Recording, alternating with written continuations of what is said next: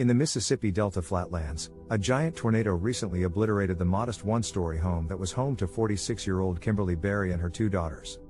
Not much was left but a foundation and some miscellaneous belongings, a refrigerator, a dresser, a nightstand, a bag of Christmas decorations and some scattered clothing. Kimberly and her 12-year-old daughter had huddled and prayed in a nearby church before the storm and were extremely lucky that it had been barely damaged.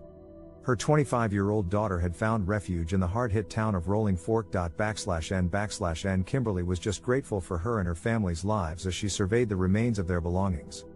She stated that possessions could be acquired again, but life cannot be.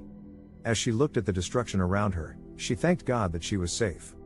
More broadly, the Mississippi Delta's economic situation is bleak. Mississippi is one of the poorest states in the U.S., and the state's majority black delta has long been one of the poorest parts of Mississippi.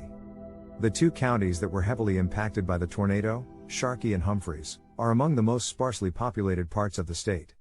The poverty rate is 35% in Sharkey and 33% in Humphreys, compared to the 19% in Mississippi and the 12% in the U.S.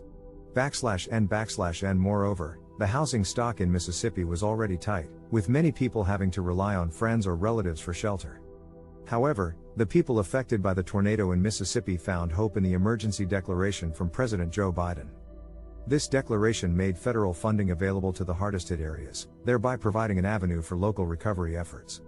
Over the weekend, people sorted through the debris in Rolling Fork, using blue tarps to cover roofs and using chainsaws to cut up fallen trees. As people worked, Kimberly and her family of three packed up the few salvageable items from their home. N/N Kimberly plans on temporarily living at her sister's workplace with her two daughters, who are so fortunate to be alive.